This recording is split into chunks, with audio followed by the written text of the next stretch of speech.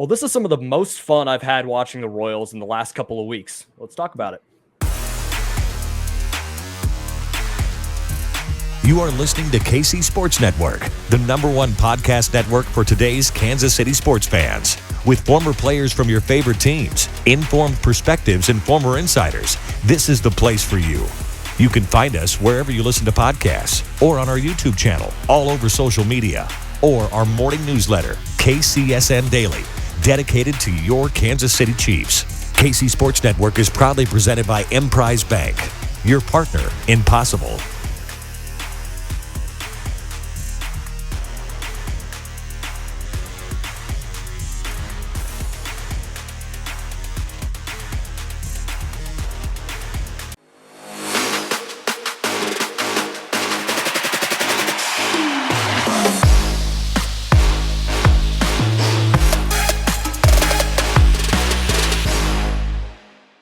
What's up, y'all? This is One Royal Way here on Kansas City Sports Network. I'm Joel Penfield. Thank y'all so much for tuning into this episode.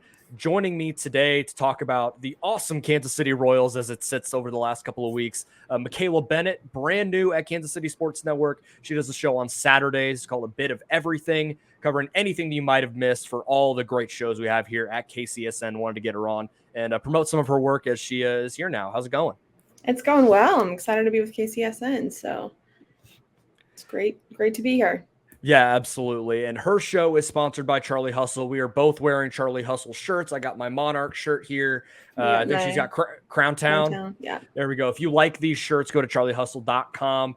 You got Royals, Chiefs, KU, K-State, Mizzou, anything that you want. And some awesome Kansas City businesses have some shirts there as well. So definitely go and check that out. And thank you for supporting Michaela's show as well.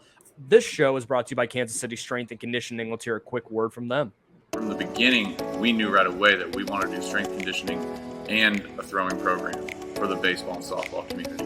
It wasn't something we were trying to back into or all of a sudden learn. We knew we were really good at coaching these skills from the get-go. And the fact that we're in the same business and the employees are all on the same page, we can write a program based off of what a kid needs, not just getting him stronger or faster from a general sense. It's what does this kid need? On the pitching end, we can say, hey, this kid needs such and such. He needs to do this or that better. A lot of times it turns out it's not something that needs to be fixed in the baseball cage or on the throwing mound. It actually needs to be fixed in the weight room.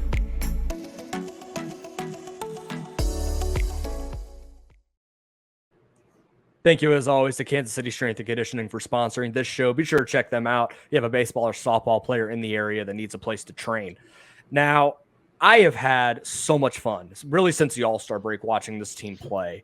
And I know a lot of Royals fans feel the same way. The Royals actually have a winning record over their last 30. They're 16-14, which is a better record than the New York Yankees, who are 12-18. So you just love to see that.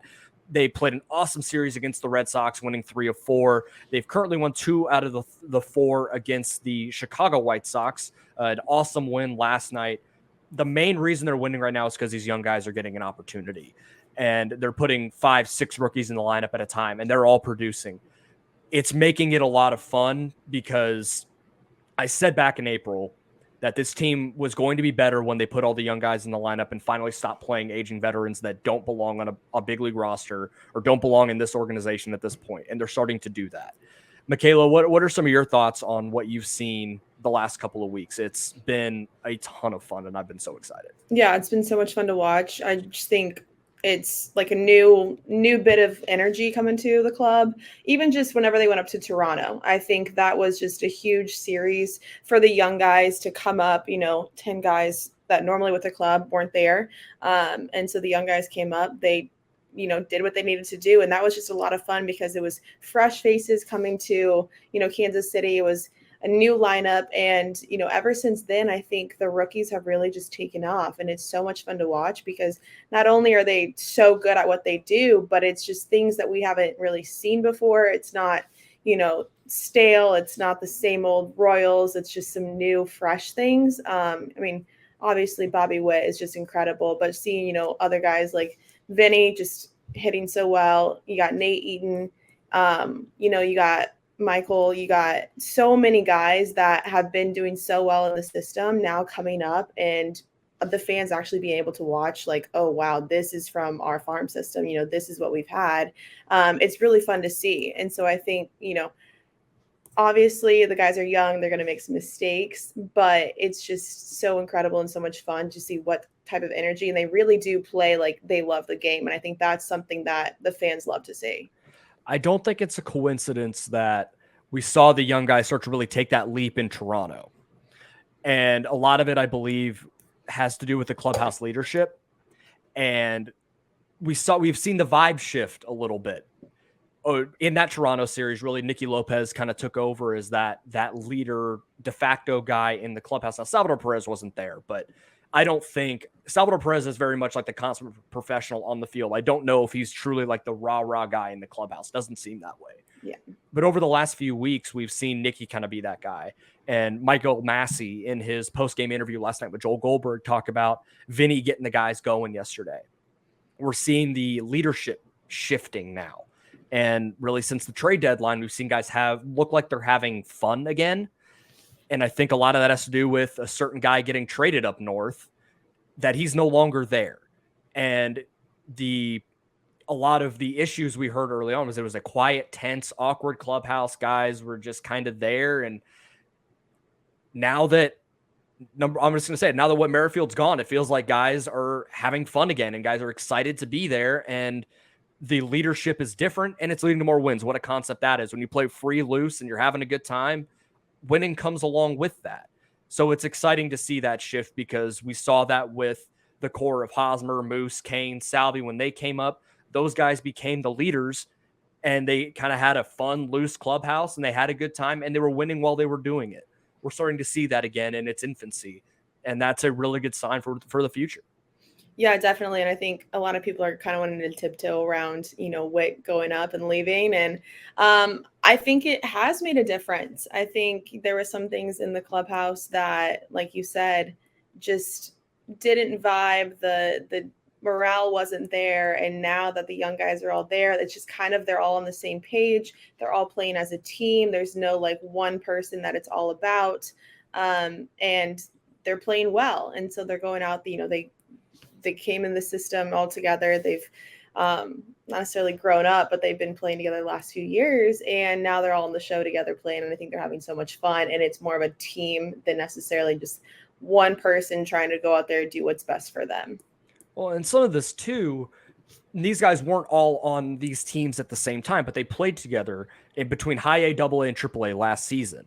And all of these guys that we're seeing between Eaton, Massey, MJ, Michael, Vinny, Bobby, they were on teams that won minor league titles. The Royals put an emphasis on these guys winning together in the minor leagues. And those guys did that last year. So they have a taste of winning at the professional level. Obviously, it's harder to win at the highest level, but they know what it takes to win together, how these guys click and work in.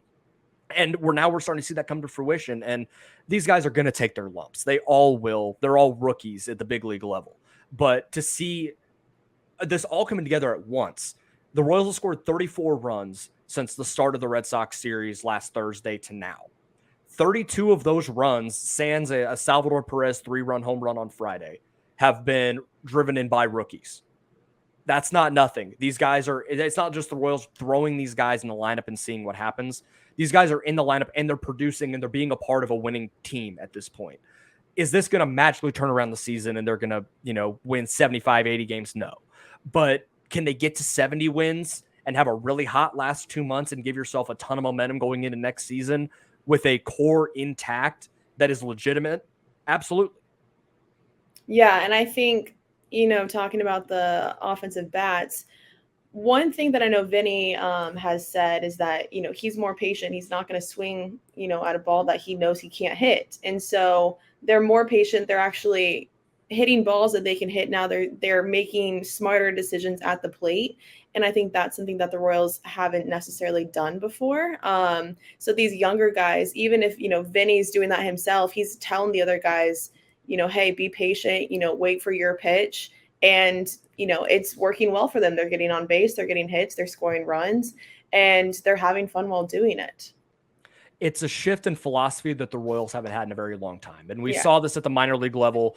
Alex, Josh, and I have talked about it at Royals Farm Report over the last year or two that Drew Saylor has had a significant impact on all of these hitters. When we've talked to hitters at the minor league level, we don't even have to talk to, try and get them to pry about what Drew Saylor has done. Unprompted, these guys talk about the impact he's had on all these hitters in the organization. And when you look at it, they talked about, even from rookie ball, these guys are, hey, hunt your pitch. Don't come outside the zone because of the way the strike zone is called or because you're scuffling and you're trying to get on base. Stay, hunt your pitch, and go. And we're seeing that with guys like MJ, Nick, Vinny, incredibly advanced approaches for being 23, 24 years old. Michael Massey is getting to that point. He's not swinging as much as I've seen in the past. Nate Eaton's going to walk. Bobby's going to get to that point. He's very much a free swinger right now, but it obviously is working for him. He's still managing to do damage with the balls that he's hitting.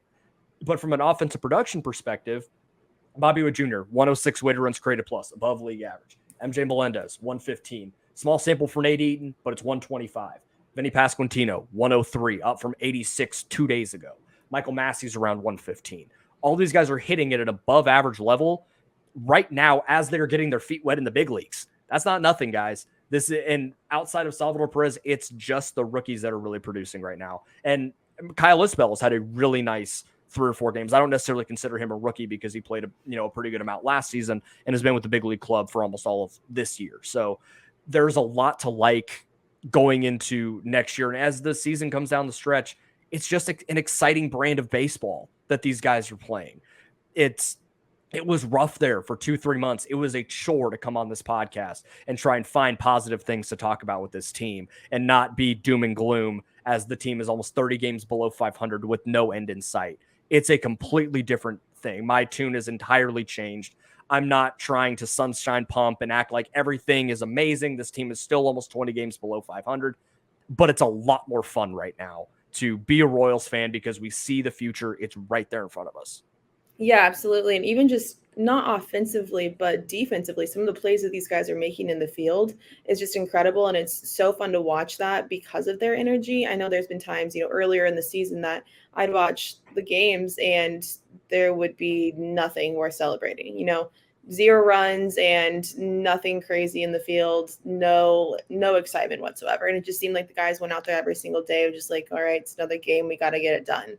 And now it seems like they go out there, they want to do their best, they want to have those great plays, they want to have that energy coming out there, and it's more exciting for the fans to watch. That's what the fans want to see, regardless of the win-loss record right now. Just the fans want to see that the Royals are out there trying. They have the energy. They want to be a Royal. And I think that is what this entire team is doing right now.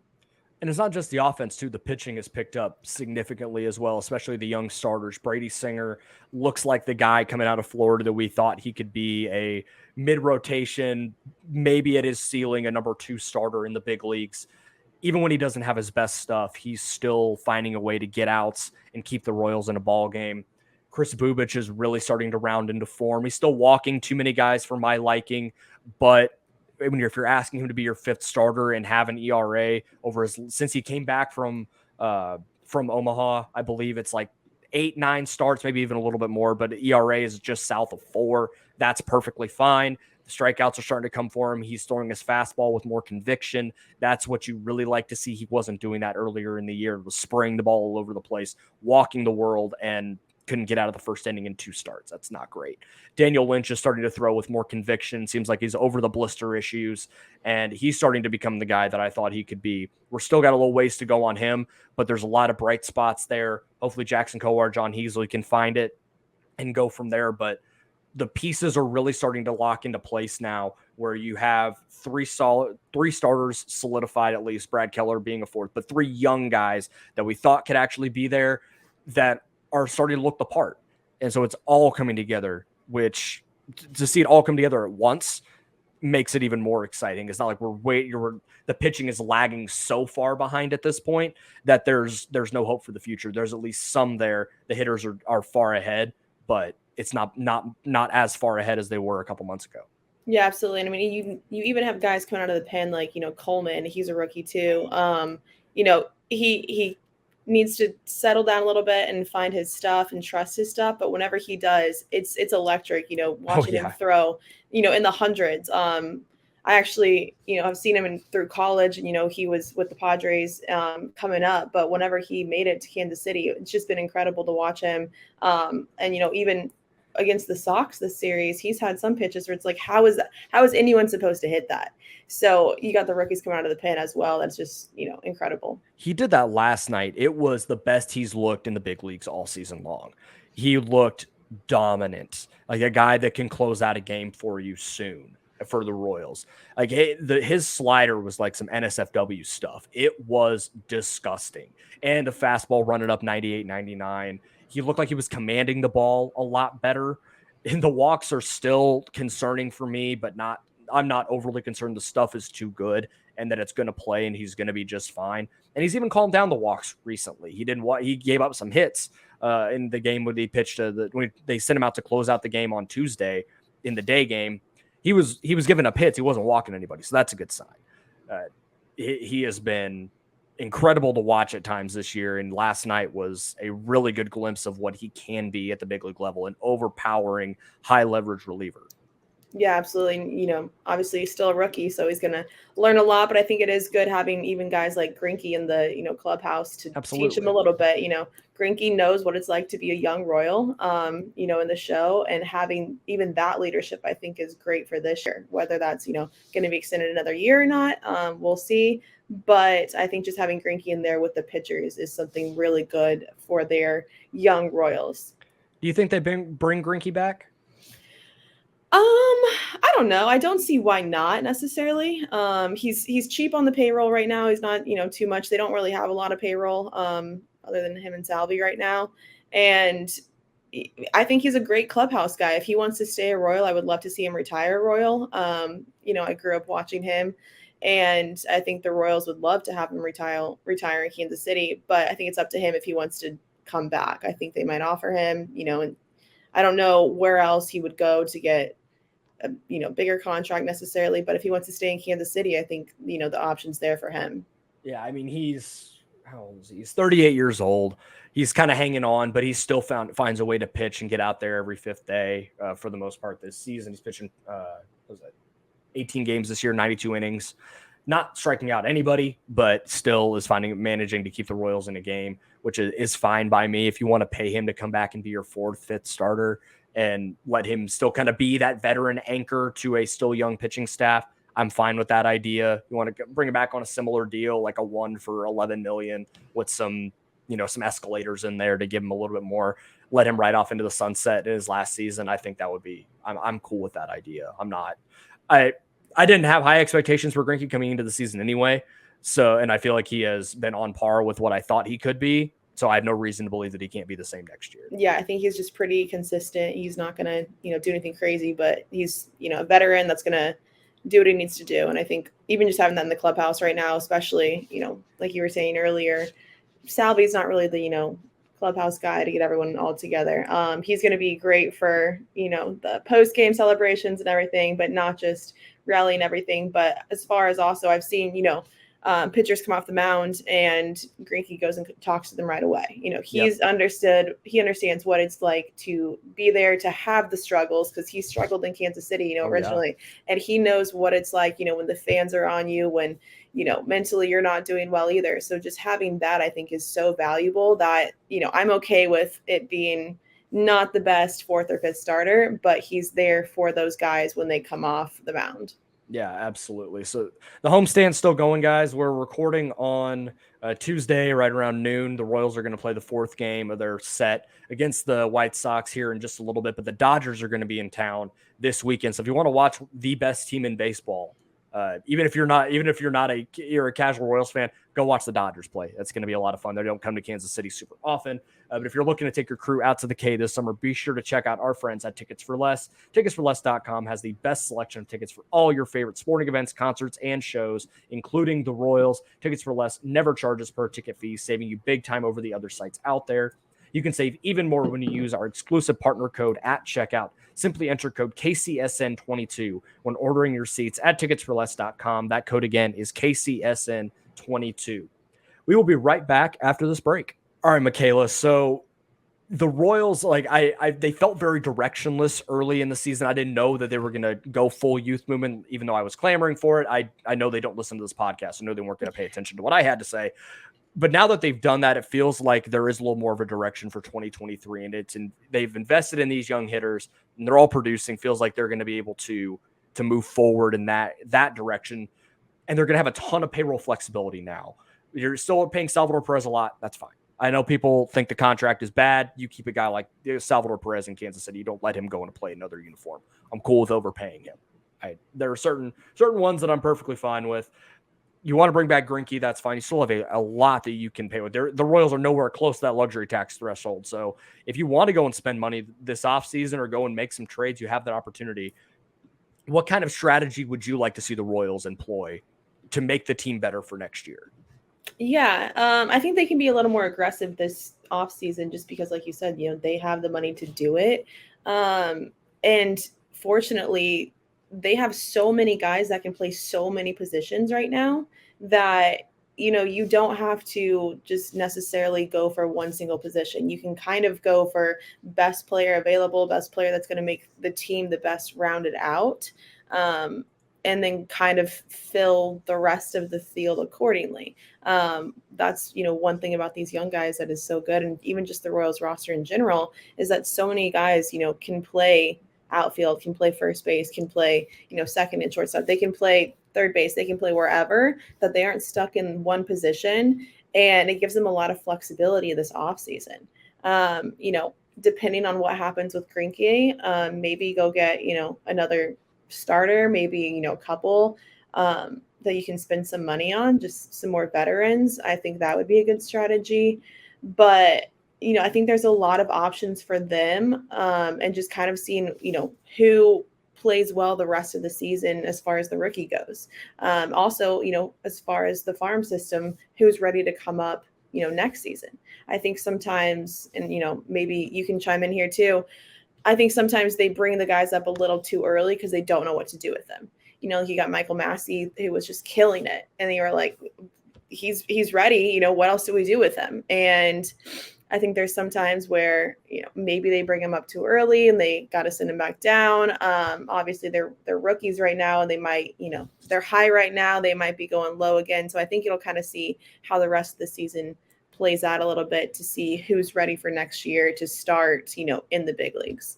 There's kind of a weird dichotomy with the Royals and their handling of rookies. Sometimes they bring guys up too early, like Kyle Isbell, where he hadn't played any above high A besides going to the alternate site in 2020. And he got sent back down very quickly. Or it's Vinny Pasquantino, who was ready in May, and they kept him down until the end of July, to the beginning of July. So I don't really know their strategy for bringing some of these guys in. I know that some of that was due to just roster construction and having like 4 first basemen on your roster at that time. Regardless, like when guys are ready, they'll show you. And the Royals have an opportunity to bring some more of those young guys up next year. And that is in Drew Waters, who has been solid in AAA. There's still a lot to work out with him, but the tools are starting to come together for him and proving he can be an everyday center fielder in 2023, which then you got to figure out what you're going to do with Michael A. Taylor. He still has a year on his contract, but I don't know if they bring him back. Maybe you can try and trade him this offseason, replenish the farm system a little bit. A team would take a guy like Michael A. Taylor as a 4th outfielder at minimum, or if the Royals just want to make him a 4th outfielder and go full, like, hey, we're going to put 7 rookies out here and just let them ball, then you can put Drew Waters out there. Michael A. Taylor can come in, in a pinch and be your 4th outfielder. You're not paying him more than $5 million. So it's not like he's an albatross that you're making a bench guy. I don't see that at all. They have an opportunity with Nick Lofton, Nate Eaton, play third base. I don't know what you do with Hunter Dozier. I don't think he's a long-term piece, but because of the contract they gave him, they're going to keep him around. I hope that that's in a bench role, so I don't have to watch Hunter Dozier play every single day because it's not great, especially on the defensive side. He's been fine offensively, but I think the rookies at this point are just better players. So I think they have an opportunity to spend a lot of money, relatively speaking, for Kansas City on pitching, and invest in getting some really good, solid veteran pitchers to go along with your young core via trade, via free agency. I think there's some opportunities in free agency to go and get some guys like a Sean Manaea. You can bring him back. He was originally a Royals farmhand. He was in the Ben Zobrist trade, for those that don't know. He's been pretty solid, but the Royals need a good lefty, so maybe you can go and get him on a 2 or 3 year deal. Go and get it like a Chris Bassett from the New York Mets, who is just an absolute workhorse that can be at the top of your rotation right now with Brady Singer and Brad Keller. Other guys, I'm just looking down the list of free agents here. Maybe like a Jamison Tyon, but the injuries do concern me a little bit.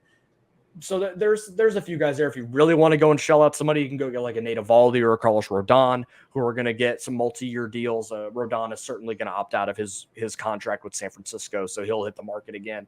That would be a splash, and John Sherman knows from being in the Cleveland ownership group for so long, he knows how important pitching is. And then the trade aspect of this, there are going to be teams that have cost-control pitchers that they will be willing to move. Miami has shown a willingness to move Pablo Lopez. Now, they pulled out of that deal at the 11th hour with the Yankees, but they were willing to move him.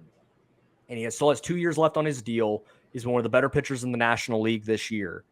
You're going to need to part with some significant pieces of your future. Not anyone that kills your future, but some combination of like Kyle Isbell, Michael Garcia, Vinny Pasquantino, anybody like, any of your probably 2 to 3 top 10 hitters in your organization, guys that are big league ready, and somebody else that you feel that they can throw in, maybe a Massey or something like that. And you go and get Pablo Lopez for 2 years. You still have a lot of good hitters in your organization. So it's not like it's going to significantly kill your farm system or hurt the big league club. There are certainly still guys you can bring up, and you have a number one in your rotation right now. Pablo Lopez would be a number one in a lot of rotations if it wasn't for Sandy Alcantara. So that would be someone I would look into. Herman Marquez from Colorado. He's not been great this year, but pitching in Colorado is so volatile. You don't know what you're going to get most of the time. There are other guys out there. Those are 2 names that I think the Royals could certainly consider. But those are the 2 moves I want to solidify the rotation, let these young hitters continue to hit, because I think they have an opportunity to have a top 10 to 12 offense next year.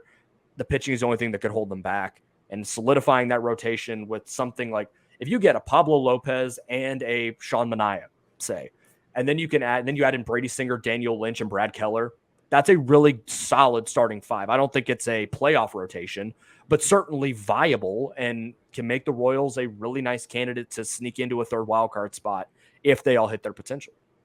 Yeah, and I think that, the Royals are a couple years away from being back in, contenders to where they were in 2015 era, and I think some pitching would help get them there, obviously, but they have all the tools otherwise to be a playoff team. In a couple years, when these rookies get some time underneath their belt, get all of the jitters out, all of the errors out these first couple years, so I think they don't have to be super aggressive right now this offseason, because they're probably still a couple years away from where they want to be, to make that playoff run. But getting, a trade, getting, a 2 or 3 year contract for great starting pitchers would be something that the Royals should do this offseason, just because they're like, okay, at their end of their contract, we are going to be there. We are going to be where we want to be, and kind of see the trajectory of the team. I'm looking at the payroll for next year. Right now, you got Salvi, 20 mil. Dozier is 9 something, and Michael A is 4.5. That's what they have tied up right now, for sure. So there's a lot of money that they can work with. Obviously, you got all the guys in arbitration. They're going to reach contracts before, hopefully. So, those are uncertain, but there's a lot of money to play with. And I think that fortunately they can kind of set their own destiny with this offseason. I think I agree with you that the Royals are probably not going to be a playoff team until at least 2024, but I think you need to start taking that step in the right direction. And the way to do that is to go and make some moves this offseason. Because I think what we've seen, especially with what happened to the Nationals, that people talk about that 6-year window with the big time rookie, like a Bobby Witt Jr., that, the time is limited in Kansas City, because I don't know if Kansas City will fork over the 9-figure salary to keep him around. I hope they do. And I think that they might, but it's not guaranteed. And you're not even guaranteed 6 years. We've seen that with Juan Soto getting traded to the Padres. You're guaranteed 3, maybe 4 years, if that. If that guy gets unhappy, then they're going to find a way to move him. And So you're not guaranteed that the way that it was in the past. Player mobility is entirely changed with that Juan Soto trade, which was unprecedented. So you need to start making those moves now to try and get to that window as quickly as you can before that unhappiness sets in and they want out.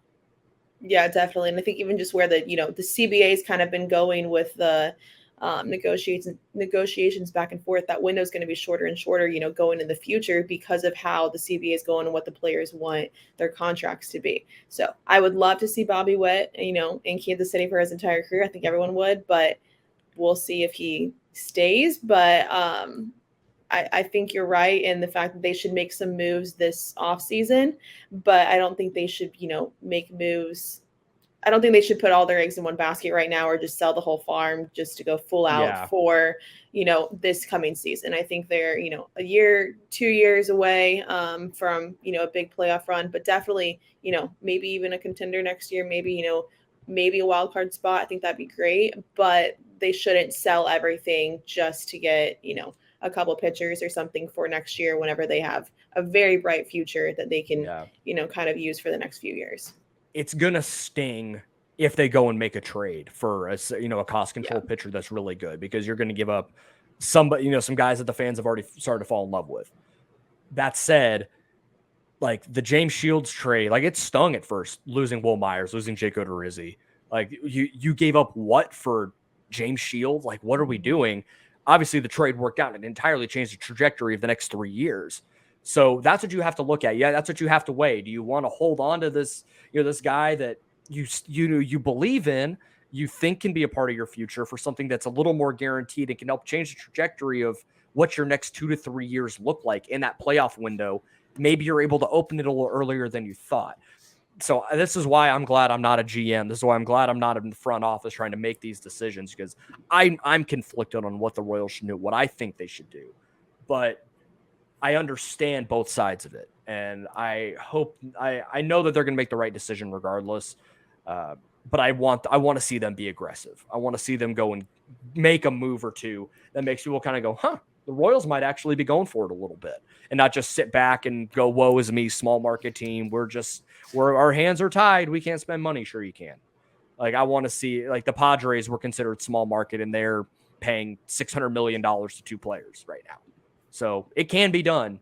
It's just a matter of the willingness of ownership in the front office to go out and make these moves and be aggressive. Yeah. And I mean, you even have Mondesi coming back next year. So it's, Is he though?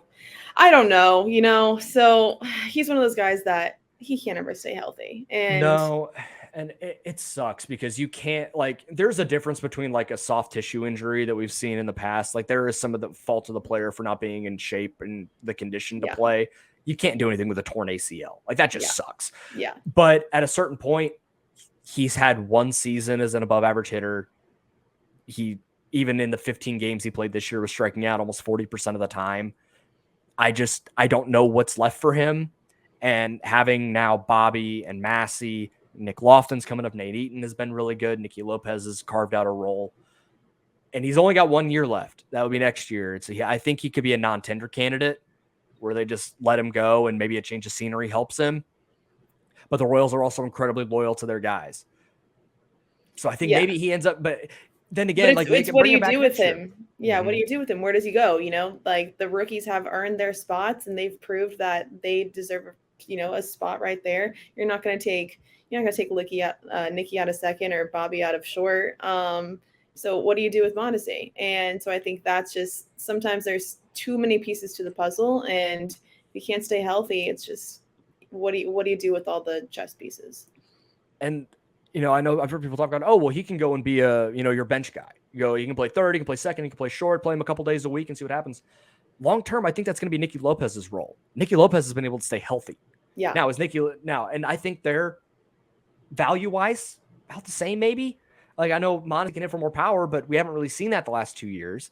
So I don't know. I would rather see Nicky Lopez at this point because he's at least shown the best kind of ability is availability, and he's been able to do that. So that long term, I think, is more his role. I don't think Nicky Lopez is an everyday guy moving forward, but is he a very valuable middle infield utility type? Absolutely. I'd rather have him than Mondesi at this point. Yeah, and I think Mondesi, everyone obviously he's a freak athlete, and some of the plays that he makes are incredible whenever he does make them. But now we're seeing Bobby do that. And so it's like the Royals aren't super tied up in, Mondesi's crazy plays because they're seeing the rookies do that now. Yeah, and they exactly. aren't super, they aren't going to be super upset if Mondesi leaves. Obviously he's been a Royal, everyone loves him, but they got the other guys now. So I think as long as you don't trade Salvi, I mean, I thought everyone was going to be upset whenever Witt went, but I think everyone's okay with it. And so now I think as long as you don't trade Salvi, fans are going to be okay with Bobby as well. Obviously, don't trade Bobby right now. But I think everyone else, the guys like are fun to watch and the fans love these rookies, but no one's super attached to them yet. And the fact that they're going to be super upset if there's trade made with them. So I think as far as that goes, you can kind of play how you will with the players, and there's a lot of room to see what's going to happen in the next couple years. Yeah, there's a lot to like with what they're doing now and what they could do in 2023. I'm still I'm excited. I'm a lot more optimistic than I was even a couple weeks ago. So it's certainly the tune has changed, which is welcome right now because the Royals were really going to get lost as training camp has started for the Chiefs and college football season starting. Like I thought I was going to be sitting here talking to nobody because why would anyone want to pay attention to what this team's doing right now? I think there's at least still enough fan interest there, even from casual fans with all what these rookies are doing. So that's exciting. Coming up this weekend, if y'all can go to the ballpark on Saturday for that game against the Dodgers, it's going to be Salute to the Negro Leagues Day. That's why I am wearing the Monarch shirt. So be sure to go check that out. It's one of the best days at the K all year. I think they're wearing something along the lines of the 42 Monarchs, like the red with the off-white, like cream pinstripes. It's what at least it looked like in some of the promo stuff. So that's going to be really cool. If you're able to watch the broadcast, which I know not many are because Valley Sports is what it is, Bob Kendrick will more than likely be on that broadcast with Ryan Lefebvre and Rex Hubler telling stories of the Negro Leagues. Just go, and even if you can take the time to just watch 2 innings of Bob up there, just do it because it's awesome. And go support the Negro Leagues Baseball Museum. I know they'll do jersey auctions, and I know people are into that. So definitely go check that out. Support the Negro Leagues Baseball Museum. Support the Royals at the K this Saturday as they're taking on the Dodgers. And I believe the Dodgers are wearing Brooklyn Dodgers jerseys because it's the 75th anniversary of Jackie Robinson breaking the color barrier. So very, very cool day at the K coming up on Saturday. All right, Michaela, thank you so much for coming on with me today. We'll definitely have you back before the season's over. Before I get you out of here, I ask this to every guest that I have. If you could take an at-bat at the K, what would your walk-up song be? Oh, I think right now it would be Pepas. Just because it gets me fired up every single time. There you go. But I think it's a little overplayed, but I think that would be my walk-up song right now. Even if it's overplayed, if it gets you going, that's what matters. It gets me going, right? Exactly. It probably would be a strikeout if it was against anyone, but it definitely would be. Hey, I wasn't asking you to go out there and get a hit. Just go and walk up and stand at the plate. That's all we can do that. Yeah, definitely Pepas is what I think it would be. What would yours be, Joel? Mine would be Long Hot Summer Day by the Turnpike Troubadours. There we go.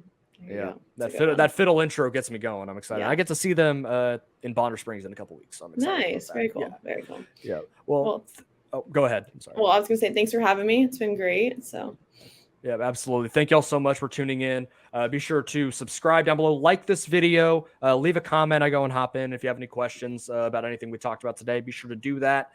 Go and subscribe to the audio channel, KCSN Kansas City Royals. And by subscribing to the YouTube channel, you're going to get Chiefs, Royals, KU, K-State, Mizzou, anything you need. Michaela's show on Saturday. Be sure to check that out if you missed any of the awesome content that we have going at KCSN. Thank you all so much. Is also on YouTube. We've hit 10,000 subscribers, which is awesome. We'll definitely keep subscribing to the audio side as well. Lots of big stuff coming up at KCSN. Appreciate y'all so much. Talk to you next week.